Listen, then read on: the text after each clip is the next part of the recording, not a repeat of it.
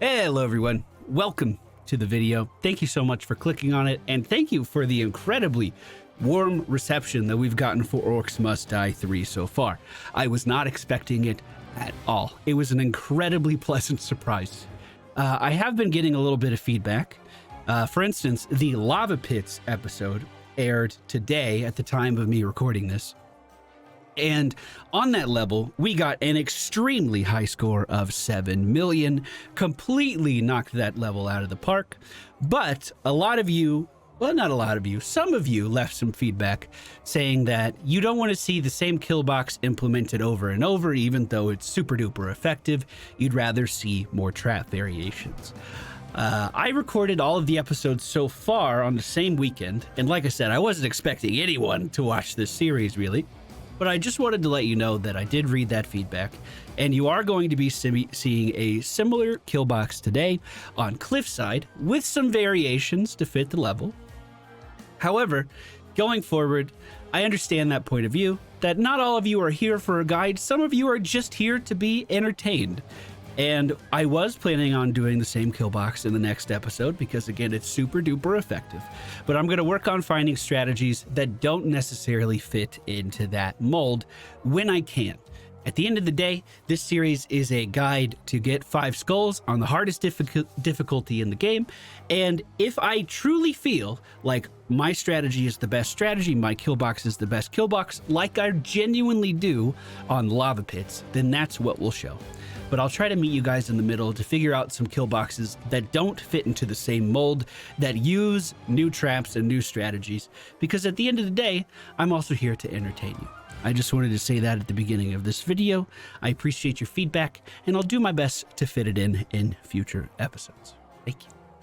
Hello everyone, PallyTime here, and welcome back to Orcs Must Die 3. It's about 3 in the morning right now, and I should be asleep. But here we are. We've been playing through the entirety of the Orcs Must Die 3 campaign on the Rift Lord difficulty, getting that perfect 5 skull rating on every single level. And we have another level to take a look at today. This is level 8, Cliffside. And I have a pretty good strategy for this. I was actually playing this tonight in co-op with my friend Mukka, and we found a way to modify our kill box a little bit to fit one more trap in there. Now, granted, I'm playing solo, but I'm going to show you what we added because I thought it was a fun little twist. You guys know my patented PallyTime kill box. If you saw our video on the Lava Pits level and actually on the Great Room level as well, I tend to use it a lot. That's why I named it after myself. But this is a fun little augmentation to it, and I hope you like it. Remember, if you guys are enjoying the content or found this video helpful, please be sure to hit the thumbs up button. It helps us out a ton over here. So, this level has 3 different entrances, and all of these entrances funnel to the rift, either using the west side or the east side of the map. I found it was easier to barricade on the western side because this eastern area has a pretty nice kill box that we're going to be able to utilize really easily. It is going to be a little expensive to get barricades over here, and there is a round where we're going to have to deal with some kobold sappers, but all in all, that shouldn't be too big of a deal. In co-op, if you've never played it before, both players actually have the full number of traps to select from. So 1 through 0 on my keyboard, I can pick from, and my co-op partner can also pick 1 through 0. You can actually fit more traps onto a level by playing in co-op, and we were able to add on to our tried, true, and tested kill box by adding barrel dispensers in and causing more explosions to happen inside of the area, boosting our combo multipliers even more. So we may have to go back to some of our early levels. Me and Mukka have some really high rankings on some levels, and we might be able to push to the single digits with some of these strategies, depending on the level. So the loadout we're using for this level is as follows. I'm deciding to use the Staff of Domination, but use whatever weapon you want. My logic is that I want to keep a lot of the bigger enemies crowd controlled in the first few rounds in this area, But if you want to use the stone staff or anything to really keep large packs of enemies back, just go for it. We are using brimstone to help out with a lot of kobolds. We are going to get some sappers as well. That helps out with those. Tar to slow enemies down in our kill box. Flowers for crowd control. Butterfly boxes for crowd control. We're using our saw blade wall launchers for our main source of damage inside of the kill box. We are also using these barrel dispensers to deal massive AoE damage. We have lasers for the ceiling and dart traps augmented with ice damage for the ceiling as well, again to help with that crowd control. And we are using single barricades on this level, not double wide barricades. It is going to be a little more expensive to put up our defenses, but we make enough money throughout the level that shouldn't matter too much. Our starting trap setup to get things going is focused on keeping the enemies contained in one tile worth of space. Our Staff of Domination used on any of the big enemies will basically clog the drain here and force them to fight each other, hopefully right on the brimstone and underneath the lasers. We have 2 barricades on each side helping to funnel them in. Tar on the exit block, just to hopefully slow anyone down. And also a dart trap augmented to do ice to hopefully freeze enemies in this area even longer. As things get underway, I'll just give you a warning right now. This level is the one that introduced trolls throughout the normal difficulty campaign. And, well, we're not just going to be fighting regular trolls here. We're going to be fighting their big brothers, the mountain trolls. Even taller, even more health. I assume even more damage, but that is not confirmed. However, whenever a big enemy gets into our kill box, all we're going to do is right-click with the Staff of Domination. Also, there is a cheesy little strat you can do here. Mountain trolls coming in now. We're again going to make sure that they are right-clicked on. If you're ever in a position like this where you can die easily, again, the only thing I have to do is keep people mind-controlled here. That's it. And actually, this guy's going to help me prove my point. I was actually going to jump off the cliff to the left, but the ogre saved me a jump. What a bro. You respawn at the rift, completely full health, and more importantly, completely full mana. So if you're ever in this situation, I just used my right click on an ogre, or excuse me, on a mountain troll, and I know that that mountain troll is going to keep this entire lane busy while I go refill my mana bar. I know not everybody likes dying in games, but that's a nice little easy workaround to make sure you always have mana in that opening scenario. Now we're going to move into the kill box area, and I'm going to set up a few traps to get some damage in here as quick as I can, and also guide the path of the enemies as they're moving through. Also, very quickly, I need to move over to this staircase and make sure that this is barricaded as well. I wanted to get some damage in the kill box first because we are going to have enemies plowing through it very, very quickly, and I at least want to slow them down a little bit. So lasers are in place. They're going to be dealing damage to everyone that walks through there. We don't have any tar slowing them down yet. That's going to be one of my first purchases. And we need to keep an eye out for kobolds that like to slip through the cracks in traps like this. We have a troll coming in. We're going to repeat the same strategy from before. Use the troll to clog the drain and keep the enemies inside this kill box even longer. Also, as soon as we get down more traps, it's also going to be helping our combat multiplier to give us an even bigger score. And we should be relatively capable of getting a high score on this level if everything goes well. One problem that you may run into is realizing that the enemies really have it out for you on this level. There's Cyclops mages that are firing projectiles that home around the corner trying to take you down. There's archers, dynamite archers, gnolls that are going to be spawning. They're really starting to throw everything at the player on these levels. Again, we get that mind control. I'm going to go back and heal really fast as that last troll is making its way into the kill box. And in fact, I'm just going to mind control him here and try to take him down a little bit faster. Look at that staff damage. It's beautiful. Love to see it. let's go ahead and get a saw trap pointed into our kill box on each side. Let's place a couple of these butterflies along the track as well.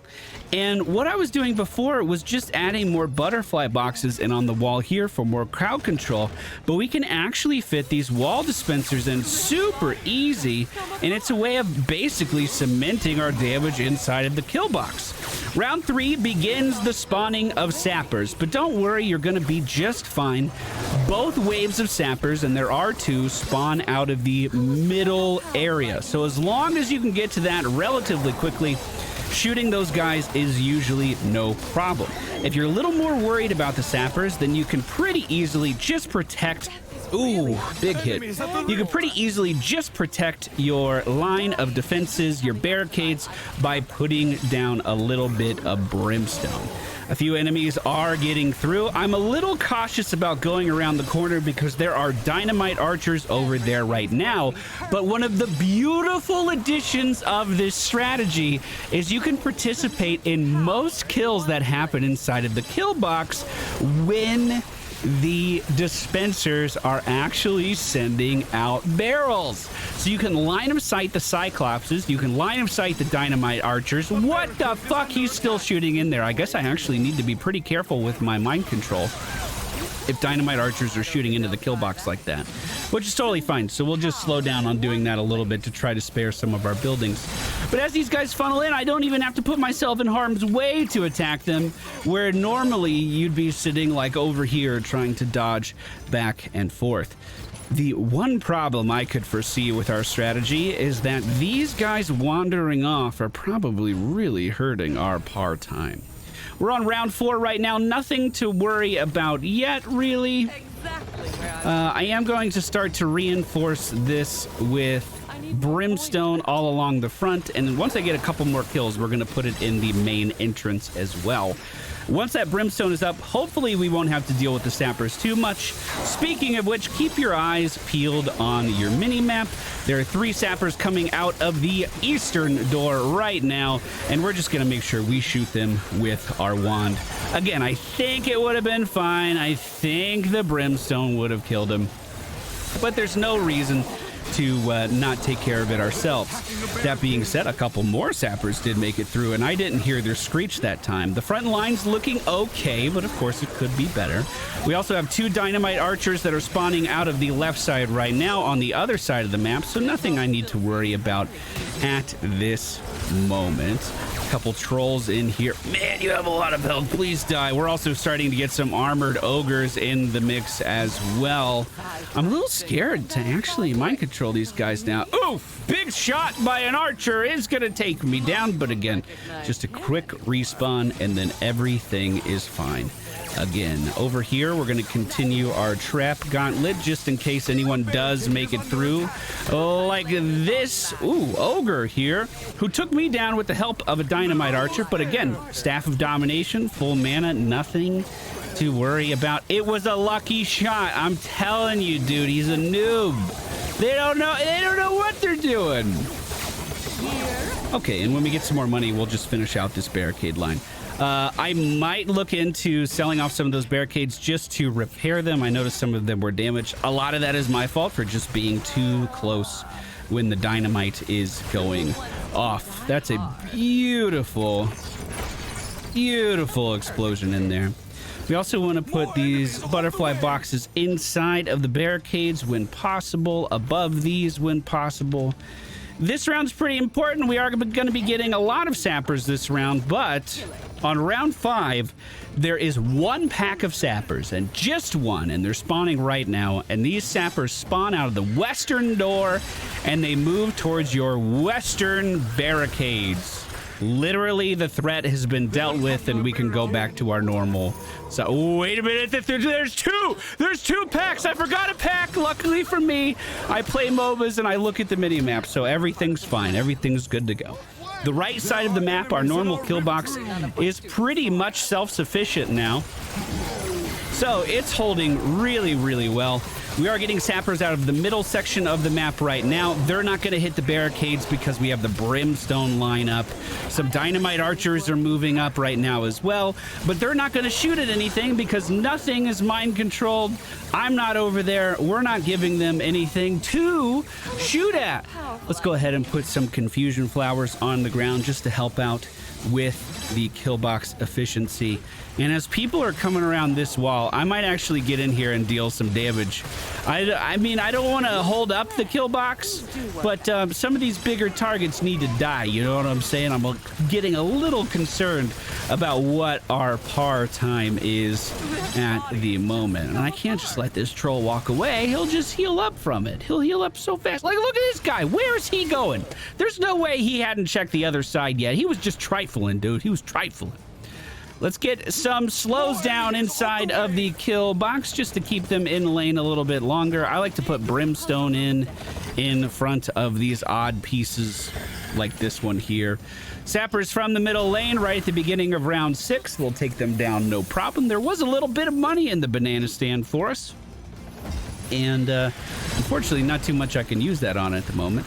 Sapper spawning out of the right side. We take them down just by shooting slightly over the barricades. Again, once you kill one of those things, they kind of chain reaction and kill each other, no problem. We're almost there. I'm kind of at the point where everything's kind of taking care of itself. Even the big enemies are dying inside the kill box now. I guess I could show you really fast. There are some dynamite archers on the way. I don't want to lose any barricades, so I'm kind of just line of sighting. If it ever got too congested, we literally just need to do one shot here. In fact, let's do it now. Look at the mini-map.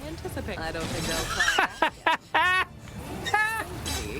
It almost feels like the barricades in lane are a conveyor belt. I love it, dude. It's such a fun strategy. I love this, dude. Okay, all the enemies are in the kill box right now. I'm going to finish them off and replace some of these barricades that were looking a little bit low. More enemies. Is there any more damage we really need to add into this? I don't think so. I think we're chilling. This looks good. Go back to line of sight. Oh, we can add a barrel dispenser there, and it'll roll barrels into the entrance. Oh, that's so good.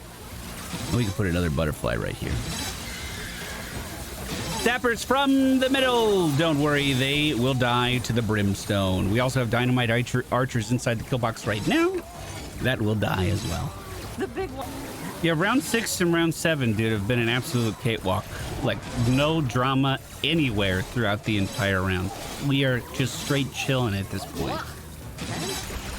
The only thing I'm worried about at all is literally just making par. I'm worried I'm gonna have to do this level again and just move some barricades up because these guys were walking around for so long. Ooh, but we made it! We could have gone even faster. We beat par by 1.5 minutes as well. I did not expect that. 1.5 million is our score. Where does that put us on the leaderboard? I feel like that's okay. That's an okay score. 237, not bad at all. Remember, if you guys enjoyed the video, please be sure to hit the thumbs up button, whether you were entertained, whether you found it helpful. I actually really enjoyed this level. I thought that one was really, really fun. And I hope you don't get tired of seeing the same kill box kind of reinvented over and over. It's just so good. It's so good. I'm going to get some sleep. That's a lie. I'm probably going to keep working, but I hope you guys have a great rest of your day, evening, morning, or night, whatever time it is. Take care, and I'll see you later. Goodbye.